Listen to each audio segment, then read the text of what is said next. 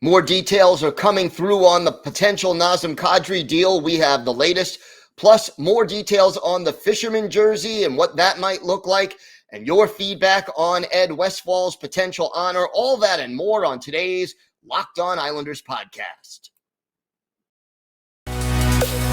Your Locked On Islanders, your daily podcast on the New York Islanders. Part of the Locked On Podcast Network, your team every day.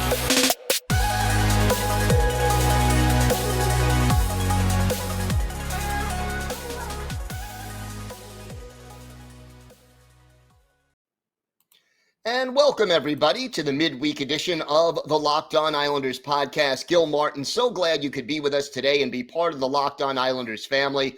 And thank you for making Locked On Islanders your first listen every day.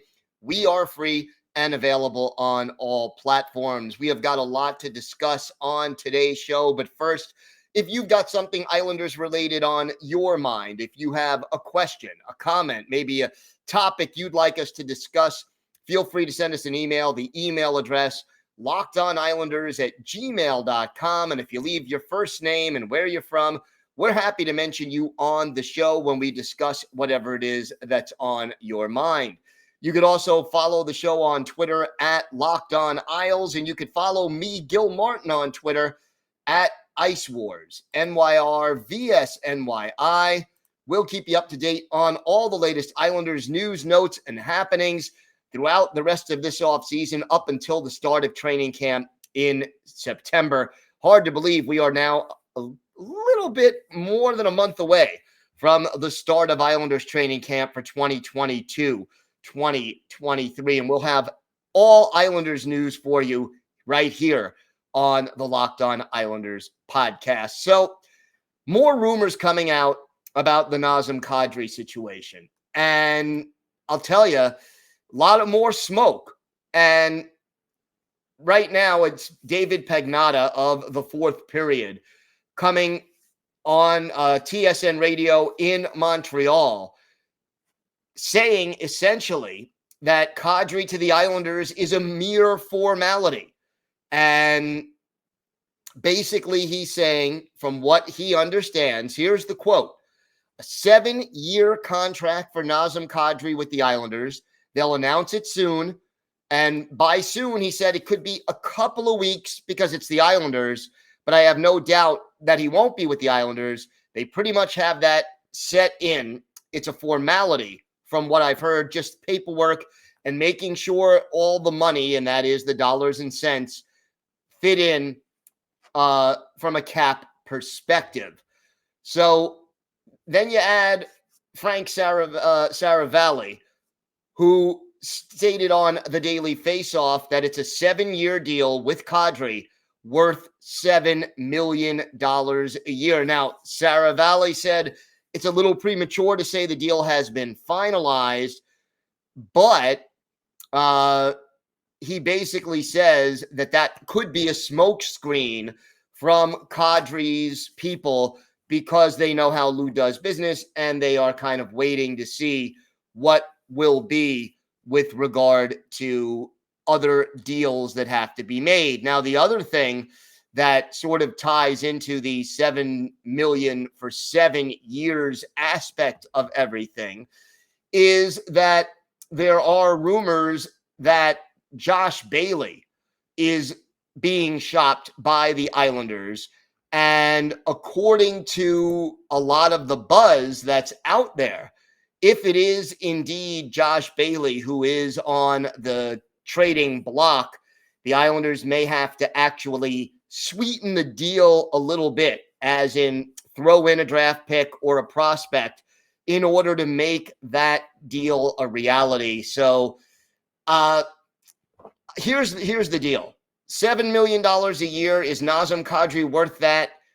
Probably not. I think he's more of a $5.5 to $6 million a year guy, but I can live with $7 million a year from the standpoint that when you sign a free agent, especially a guy like Kadri, who was considered one of the top 2 or 3 available free agent forwards in this year's draft, you have to overpay a little bit. You're never really going to get good value as far as all of that is concerned.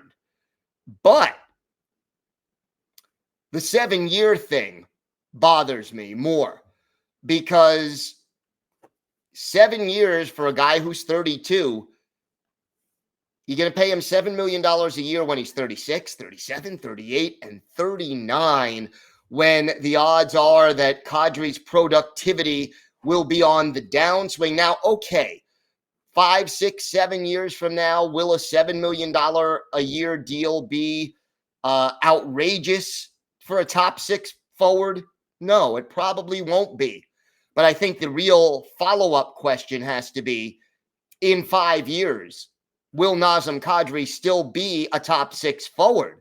And I don't know the answer to that, but I think for a guy like Kadri, when he's 35, 36, 37, 38, 39, I would tend to think that that is not the time when he is going to be anywhere near the player he was last season. And remember that last year for him was a career year as far as points go, when he had 87, and he got that playing with one of the most talented offensive teams in the NHL in the Colorado Avalanche.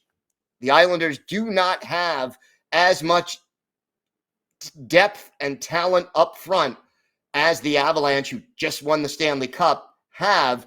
So, even if everything remains the same, I'm not so sure Kadri could duplicate those numbers. If his play stays the same, not having the players around him that he had in Colorado could result in a reduction of his productivity.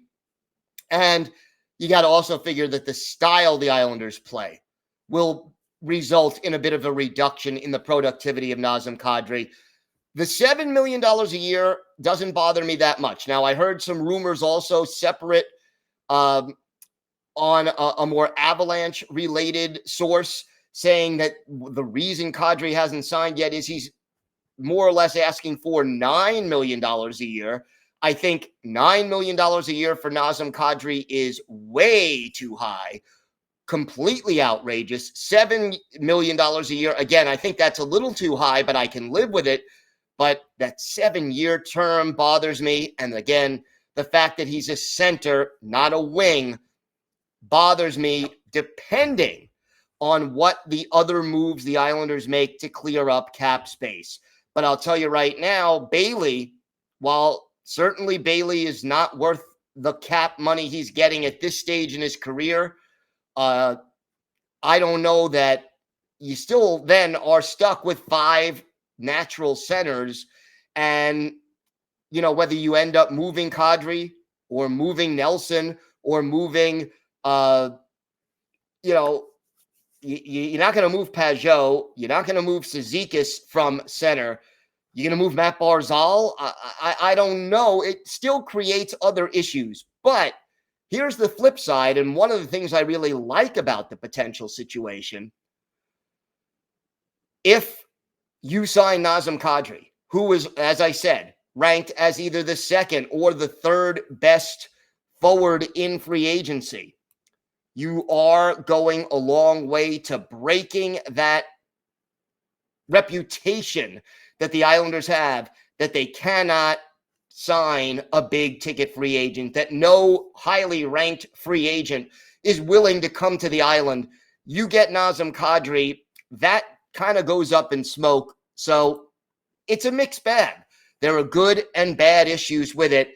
But to me, the fact that he's a center and the fact that we're talking about a 7-year contract, I don't want to think what this deal would look like in 4, 5, 6, 7 years, depending on where Kadri is with his play at that point. We have got more to get to on today's show. We'll talk more about the Fisherman jersey situation as the reverse retro third jersey. More details coming up about that, plus your feedback on the Ed Westfall situation, that and more coming up on this episode of the Locked On Islanders podcast.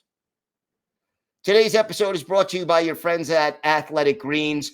Our next partner has a product I literally use every day. I started taking AG1 because I really don't like taking a whole lot of pills and I wanted a supplement that actually tastes great. So what is this stuff? Well, with one delicious scoop of AG1, you're absorbing 75 high-quality vitamins, minerals, whole food source superfoods, probiotics, and adaptogens to help you start your day right. This special blend of ingredients supports your gut health, your nervous system, your immune system, your energy, recovery, focus, and aging. All these things. And look, it's lifestyle friendly, whether you eat keto, paleo, vegan, dairy-free, gluten-free. It contains less than 1 gram of sugar, no GMOs, no nasty chemicals or artificial anything, while still tasting good. And it costs less than $3 a day. You're investing in your health, and it's cheaper than your cold brew habit. To make it easy now, Athletic Greens is going to give you a free 1-year supply of immune-supporting vitamin D and 5 free travel packs with your first purchase. All you have to do is visit athleticgreens.com/NHL Network. Again, that's athleticgreens.com/NHL Network to take ownership over your health and pick up the ultimate daily nutritional insurance. So let's talk a little bit about the Fisherman jersey situation. It seems to be evolving as more information comes out. And the deal with the Fisherman jersey right now is that it looks like the Fisherman will be the reverse retro jersey for the Islanders, but it's not exactly going to be the same as the jersey they had back in the mid to late 90s. Why? Well, the teal color that was a part of that jersey that was never a part of the Islanders color scheme until then, not going to be included in this reverse retro jersey. It looks like it will have the Fisherman logo and the Fisherman style, but no teal, sticking with the darker blue and going to go that route. So again, nothing official yet, but getting rid of the teal, I think, is a good look, and it kind of combines a little bit more of the tradition that the Islanders have with the look that a lot of fans seem to like in the Fisherman jersey. So that's the situation with that. And again, as soon as something becomes official, we will let you know. But as of right now, it looks like the Fisherman jersey will be resurrected. The Gorton's Fisherman will be back. I'm sure we'll hear the fish stick chants from Ranger fans again.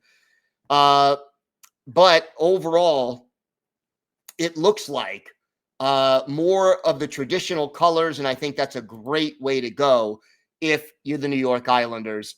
Wanted to talk a little bit more about your feedback on the Ed Westfall situation. If you missed it, we talked about that on Monday's show, whether or not Ed Westfall should be honored in some way on the team's 50th anniversary season. He was their first captain, was a broadcaster for almost 2 decades with the Islanders on Sports Channel, cable television.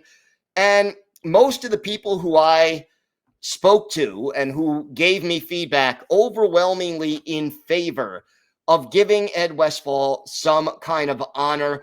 Got an email here from Frank in North Patchogue. And Frank, thank you for the email.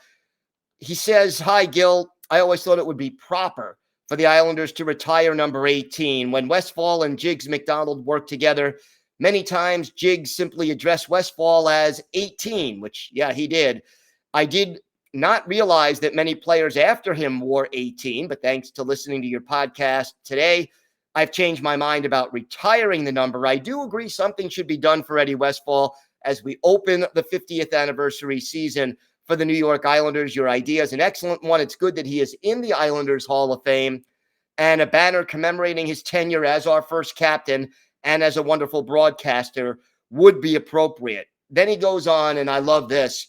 "My 2 best Ed Westfall moments were 1, scoring that goal, a backhander incidentally, that beat the Penguins in Game 7 of the 1975 quarterfinal round after being down 3-0 in that series. And then 2 in the next round, being down 0-3 again. The Islanders tied the series, and the slimy Flyers had to bring in Kate Smith to sing God Bless America. but Westfall showed his class by presenting Kate Smith with a bouquet of roses after her performance in an attempt, basically, and this is me speaking, not Frank, but in an attempt to break that jinx. Unfortunately, it didn't work, but there's always a soft spot, Frank writes, in my heart for our first captain, Eddie Westfall, and I agree with that. I share that soft spot, and to me, it really would be something great to see. Another person commenting, Andrew commented on YouTube that Ed Westfall's jersey should be retired. And another person, David, commented that Ed Westfall is the one who gave Clark Gillies his nickname, Jethro, which, again, reminded me of that. So some great Ed Westfall memories being shared by you, the listener and viewer, and I appreciate that so much, to Frank and to Andrew and to David. All of that really great stuff, and I really would like to see the Islanders honor Westfall in some way. If you feel like the honor of a jersey retirement, that the bar should be set very high, that, Ed Westfall was a very good player, but not worthy of jersey retirement. You don't want to go the Yankees route where every number is taken up. But, to me, it would be great to see some kind of distinct honor for Ed Westfall. He deserves it. He's a great guy. And it seems that you, the fan, are overwhelmingly in favor of honoring him in some way. We have got more to discuss on today's show when we come back. Our Islanders birthday of the day, a 3-time Stanley Cup winner with the Islanders, who also played 2 stints with the Rangers. Let's see if you can guess who that is. We've got that and some final thoughts still to come on this episode of the Locked On Islanders podcast. Today's episode is brought to you by your friends at BetOnline. BetOnline.net is the fastest and easiest way to check in on all your betting needs. Find all your favorite sports and events at the #1 online source for odds, lines, and games. Find reviews and news of every league, including Major League Baseball, the NFL, NBA, of course, the NHL, combat sports, esports, tennis, and even golf. BetOnline continues to be the top online resource for all your sports wagering information. From live in-game betting, scores, and podcasts, they have you covered. Head to BetOnline today or use your mobile device to learn more about the trends and action. BetOnline, where the game starts. Time now for our Islanders birthday of the day. And believe it or not, today, Wednesday, is the 66th birthday of former Islanders defenseman Mike McEwen, originally drafted by the Rangers in the 3rd round back in 1976, also drafted by the WHA's Toronto Toros in the 7th round that same year. And McEwen stuck with the Rangers from 76-77 until 79-80, had a 20-goal, 58-point season with the Rangers in 1978-79, the year the Rangers went to the Cup final, was traded to the Colorado Rockies in the Barry Beck deal, and then came to the Islanders late in the 80-81 season in the deal that sent Chico Resch to the Colorado Rockies. And McEwen played on the last 3 Islanders Stanley Cup winning teams, 81, 82, 83, started the 83-84 season with the Islanders before being dealt to the LA Kings, and then played with the Capitals, Red Wings, and then briefly with the Rangers again, then a couple of years with the Hartford Whalers before finishing his career in Switzerland. His last active professional season, 1991-92, when he finished his career with the AHL's New Haven Nighthawks. He played in 716 games in the NHL, 108 goals, 404 points, and 460 penalty minutes. Add 12 goals and 48 points in 78 playoff games, of which 44 were played with the Islanders. And by the way, the best season for McEwen with the Isles by far, 81-82, 10 goals, 49 points in 73 games. And the thing about McEwen, he doesn't get remembered as much because you had Dennis Potvin, who was going to be the number one offensive defenseman on those great Islander teams. So you really didn't need McEwen to contribute as much and be the man. Then you also had Stefan Persson on that team, although McEwen had more points than Persson by 6 points in that 81-82 season. We go back and look at one of his bigger impact games with the Islanders, a playoff game, a very famous playoff game, April 13th, 1982, Game 5 of the Islanders' preliminary round series or Patrick Division semifinal series against the Pittsburgh Penguins. It's a best-of-5 series. It's all even at 2-2.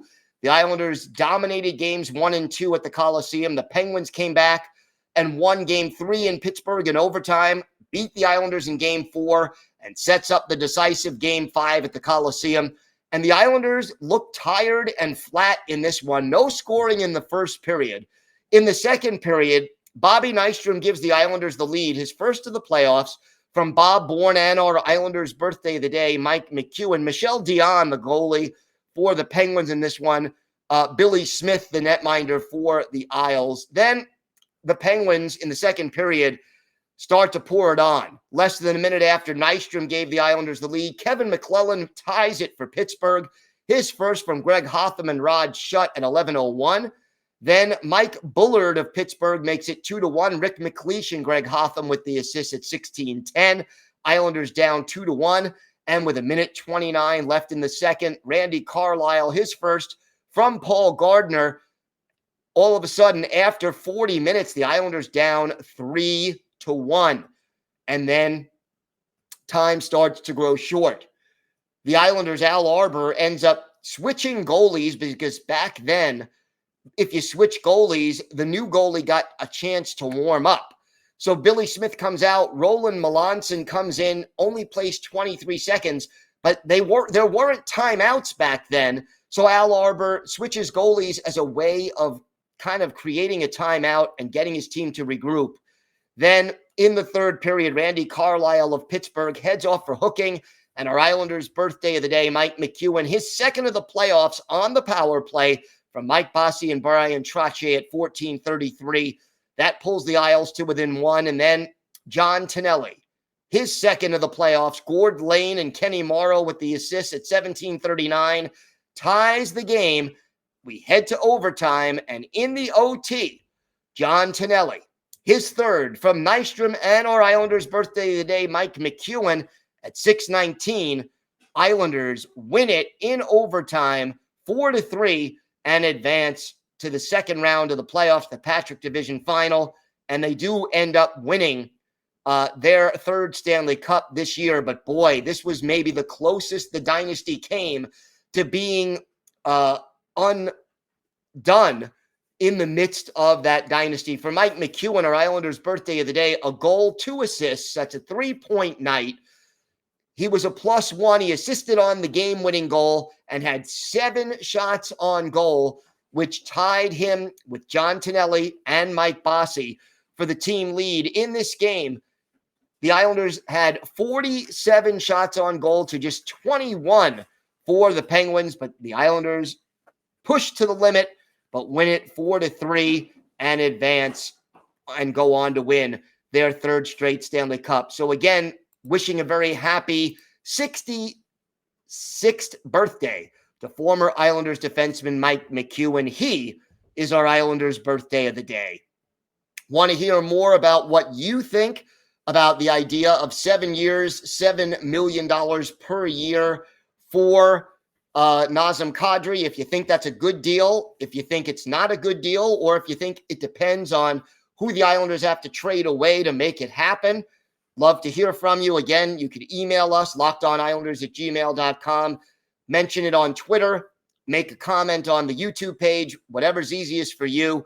And we look forward to hearing from you.